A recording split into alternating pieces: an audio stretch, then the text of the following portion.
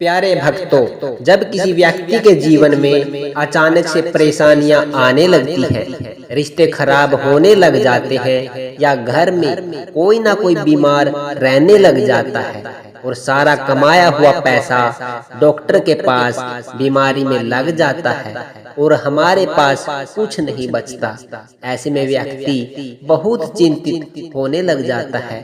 उन्हें समझ नहीं आता आखिर उनके साथ हो क्या रहा है।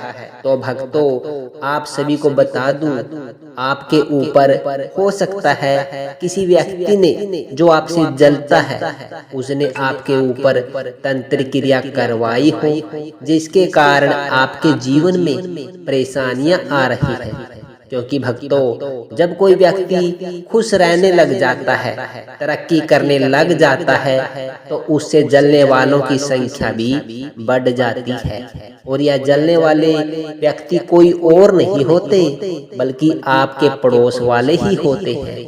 और इसी जलन भाव के कारण आपको बर्बाद करने के लिए आप पर तंत्र क्रिया करवा देते हैं, जिसके कारण आपके जीवन में बहुत कठिनाइयां आती है, बीमारियां घर बना लेती है, रिश्ते खराब हो जाते हैं, व्यापार बंद हो जाता है। तो भक्तों, अगर आपके साथ भी ये सब हो रहा है तो आज से आप चिंता त्याग दीजिए और विश्वास करके काल भैरव जी के मंत्र का उच्चारण करना शुरू कर दीजिए। आपके घर से कुछ ही दिनों में तंत्र भस्म हो जाएगा और फिर देखना आपकी शारीरिक स्वास्थ्य भी ठीक होने लगेगा, धन की समस्या भी हटने लगेगी और आपका रोजगार व्यवसाय फिर से चलने लगेगा।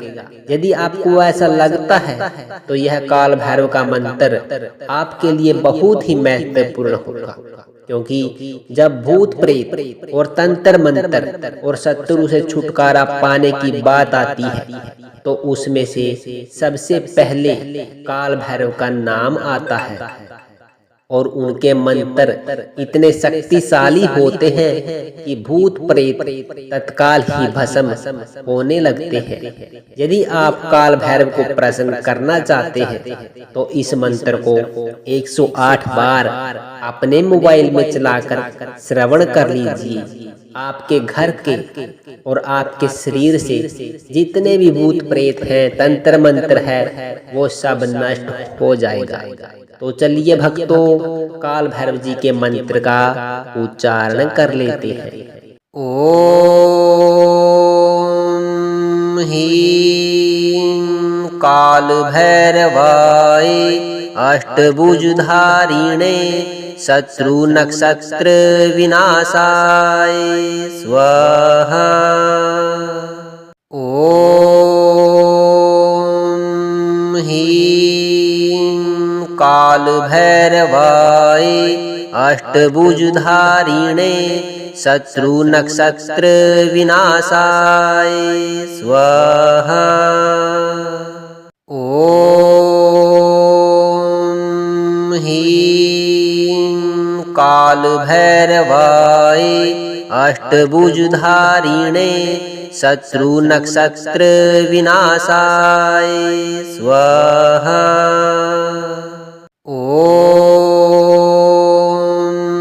ह्रीं काल भैरवाय अष्टभुजधारिणे शत्रु नक्षत्र विनाशाय स्वाहा। ओम ह्रीं काल भैरवाय अष्टभुजधारिणे शत्रु नक्षत्र विनाशाय स्वाहा। ओम ह्रीं काल भैरवाय अष्टभुजधारिणे शत्रु नक्षत्र विनाशाय स्वाहा। ओम ह्रीं काल भैरवाय अष्टभुजधारिणे शत्रु नक्षत्र विनाशाय स्वाहा। ॐ ह्रीं कालभैरवाय अष्टभुजधारिणे शत्रुनक्षत्रविनाशाय स्वाहा। ॐ ह्रीं कालभैरवाय अष्टभुजधारिणे शत्रुनक्षत्रविनाशाय स्वाहा। ॐ ह्रीं कालभैरवाय अष्टभुजधारिणे शत्रुनक्षत्रविनाशाय स्वाहा। ॐ ह्रीं कालभैरवाय अष्टभुजधारिणे शत्रुनक्षत्रविनाशाय स्वाहा। ॐ ह्रीं कालभैरवाय अष्टभुजधारिणे शत्रुनक्षत्रविनाशाय स्वाहा। ॐ ह्रीं कालभैरवाय अष्टभुजधारिणे शत्रुनक्षत्रविनाशाय स्वाहा। ॐ ह्रीं कालभैरवाय अष्टभुजधारिणे शत्रुनक्षत्रविनाशाय स्वाहा। ॐ ह्रीं कालभैरवाय अष्टभुजधारिणे शत्रुनक्षत्रविनाशाय स्वाहा। ॐ ह्रीं कालभैरवाय अष्टभुजधारिणे शत्रुनक्षत्रविनाशाय स्वाहा। ॐ ह्रीं कालभैरवाय अष्टभुजधारिणे शत्रुनक्षत्रविनाशाय स्वाहा। ॐ ह्रीं कालभैरवाय अष्टभुजधारिणे शत्रुनक्षत्रविनाशाय स्वाहा। ॐ ह्रीं कालभैरवाय अष्टभुजधारिणे शत्रुनक्षत्रविनाशाय स्वाहा। ॐ ह्रीं कालभैरवाय अष्टभुजधारिणे शत्रुनक्षत्रविनाशाय स्वाहा। ॐ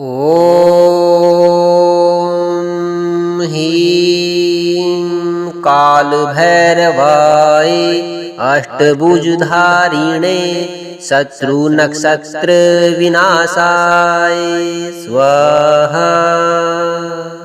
ॐ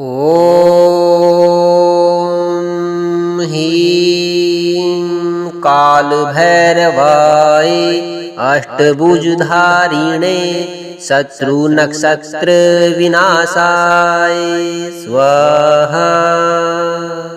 ॐ ह्रीं कालभैरवाय अष्टभुजधारिणे शत्रुनक्षत्रविनाशाय स्वाहा। ॐ ह्रीं काल भैरवाय अष्टभुजधारिणे शत्रु नक्षत्र विनाशाय स्वाहा। ओम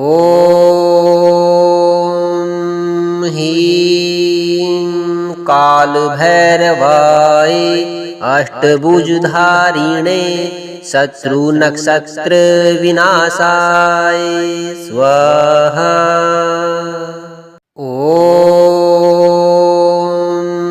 ह्रीं काल भैरवाय अष्टभुजधारिणे शत्रु नक्षत्र विनाशाय स्वाहा। ओम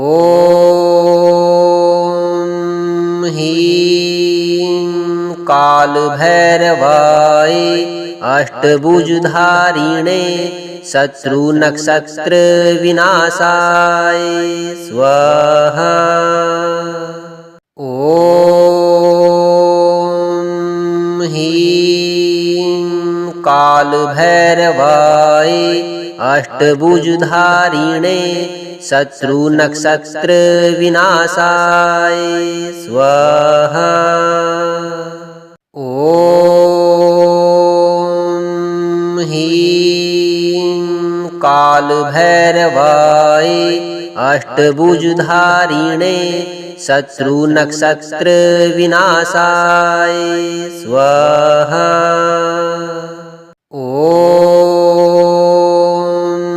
ह्रीं काल भैरवाय अष्टभुजधारिणे शत्रु नक्षत्र विनाशाय स्वाहा। ओम ह्रीं काल भैरवाय अष्टभुजधारिणे शत्रु नक्षत्र विनाशाय स्वाहा। ओम ह्रीं काल भैरवाय अष्टभुजधारिणे शत्रु नक्षत्र विनाशाय स्वाहा। ओम ह्रीं काल भैरवाय अष्टभुजधारिणे शत्रु नक्षत्र विनाशाय स्वाहा। ओम ह्रीं काल भैरवाय अष्टभुजधारिणे शत्रु नक्षत्र विनाशाय स्वाहा। ओम ह्रीं काल भैरवाय अष्टभुजधारिणे शत्रु नक्षत्र विनाशाय स्वाहा। ओम ह्रीं काल भैरवाय अष्टभुजधारिणे शत्रु नक्षत्र विनाशाय स्वाहा। ओम ह्रीं काल भैरवाय अष्टभुजधारिणे शत्रु नक्षत्र विनाशाय स्वाहा। ओम ह्रीं काल भैरवाय अष्टभुजधारिणे शत्रु नक्षत्र विनाशाय स्वाहा। ओम ह्रीं काल भैरवाय अष्टभुजधारिणे शत्रु नक्षत्र विनाशाय स्वाहा। ओम ह्रीं काल भैरवाय अष्टभुजधारिणे शत्रु नक्षत्र विनाशाय स्वाहा। ॐ ह्रीं कालभैरवाय अष्टभुजधारिणे शत्रुनक्षत्रविनाशाय स्वाहा। ॐ ह्रीं कालभैरवाय अष्टभुजधारिणे शत्रुनक्षत्रविनाशाय स्वाहा। ॐ ह्रीं कालभैरवाय अष्टभुजधारिणे शत्रुनक्षत्रविनाशाय स्वाहा। ॐ ह्रीं कालभैरवाय अष्टभुजधारिणे शत्रुनक्षत्रविनाशाय स्वाहा। ॐ ह्रीं कालभैरवाय अष्टभुजधारिणे शत्रुनक्षत्रविनाशाय स्वाहा। ॐ ह्रीं कालभैरवाय अष्टभुजधारिणे शत्रुनक्षत्रविनाशाय स्वाहा। ॐ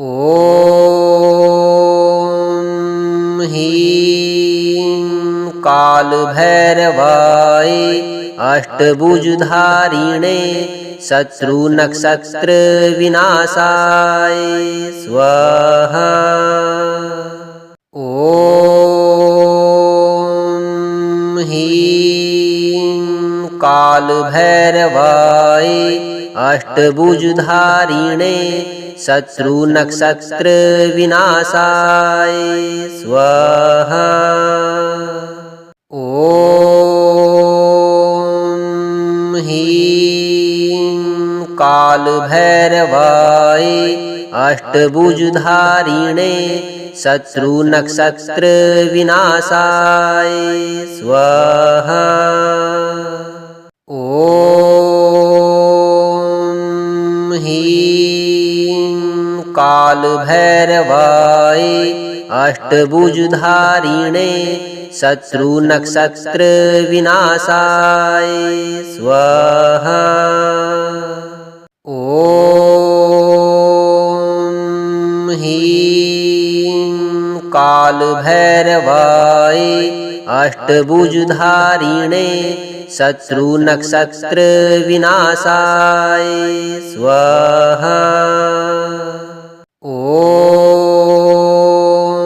ॐ ह्रीं कालभैरवाय अष्टभुजधारिणे शत्रुनक्षत्रविनाशाय स्वाहा। ॐ ह्रीं कालभैरवाय अष्टभुजधारिणे शत्रुनक्षत्रविनाशाय स्वाहा। ॐ ह्रीं कालभैरवाय अष्टभुजधारिणे शत्रुनक्षत्रविनाशाय स्वाहा। ॐ ह्रीं कालभैरवाय अष्टभुजधारिणे शत्रुनक्षत्रविनाशाय स्वाहा। ॐ ह्रीं कालभैरवाय अष्टभुजधारिणे शत्रुनक्षत्रविनाशाय स्वाहा। ॐ ह्रीं कालभैरवाय अष्टभुजधारिणे शत्रु नक्षत्र विनाशाय स्वाहा। ओम ह्रीं काल भैरवाय अष्टभुजधारिणे शत्रु नक्षत्र विनाशाय स्वाहा। ओम ह्रीं काल भैरवाय अष्टभुजधारिणे शत्रु नक्षत्र विनाशाय स्वाहा। ओम ह्रीं काल भैरवाय अष्टभुजधारिणे शत्रु नक्षत्र विनाशाय स्वाहा। ओम ह्रीं काल भैरवाय अष्टभुजधारिणे शत्रु नक्षत्र विनाशाय स्वाहा। ओम ह्रीं काल भैरवाय अष्टभुजधारिणे शत्रु नक्षत्र विनाशाय स्वाहा। ओम ह्रीं काल भैरवाय अष्टभुजधारिणे शत्रु नक्षत्र विनाशाय स्वाहा। ओम ह्रीं काल भैरवाय अष्टभुजधारिणे शत्रु नक्षत्र विनाशाय स्वाहा। ओम ह्रीं काल भैरवाय अष्टभुजधारिणे शत्रु नक्षत्र विनाशाय स्वाहा। ओम ह्रीं काल भैरवाय अष्टभुजधारिणे शत्रु नक्षत्र विनाशाय स्वाहा। ओम ह्रीं काल भैरवाय अष्टभुजधारिणे शत्रु नक्षत्र विनाशाय स्वाहा। ओम ह्रीं काल भैरवाय अष्टभुजधारिणे शत्रु नक्षत्र विनाशाय स्वाहा। ओम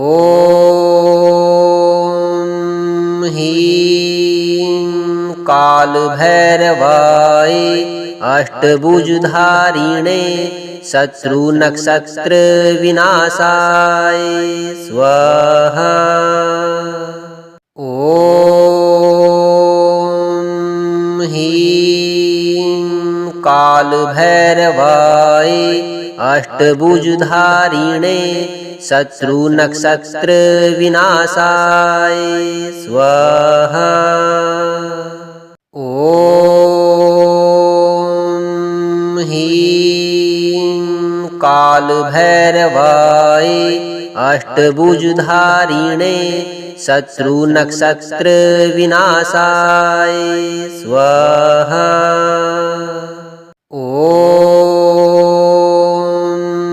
ह्रीं काल भैरवाय अष्टभुजधारिणे शत्रु नक्षत्र विनाशाय स्वाहा। ओम ह्रीं काल भैरवाय अष्टभुजधारिणे शत्रु नक्षत्र विनाशाय स्वाहा। ओम ह्रीं काल भैरवाय अष्टभुजधारिणे शत्रु नक्षत्र विनाशाय स्वाहा। ओम ह्रीं काल भैरवाय अष्टभुजधारिणे शत्रु नक्षत्र विनाशाय स्वाहा। ओम ह्रीं काल भैरवाय अष्टभुजधारिणे शत्रु नक्षत्र विनाशाय स्वाहा। ओम ह्रीं काल भैरवाय अष्टभुजधारिणे शत्रु नक्षत्र विनाशाय स्वाहा। ओम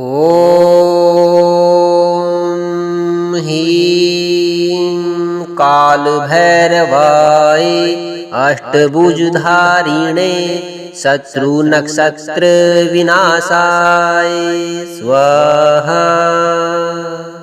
ओम ह्रीं काल भैरवाय अष्टभुजधारिणे शत्रु नक्षत्र विनाशाय स्वाहा। ओम ह्रीं काल भैरवाय अष्टभुजधारिणे शत्रु नक्षत्र विनाशाय स्वाहा। ओम ह्रीं काल भैरवाय अष्टभुजधारिणे शत्रु नक्षत्र विनाशाय स्वाहा। ओम ह्रीं काल भैरवाय अष्टभुजधारिणे शत्रु नक्षत्र विनाशाय स्वाहा। ओम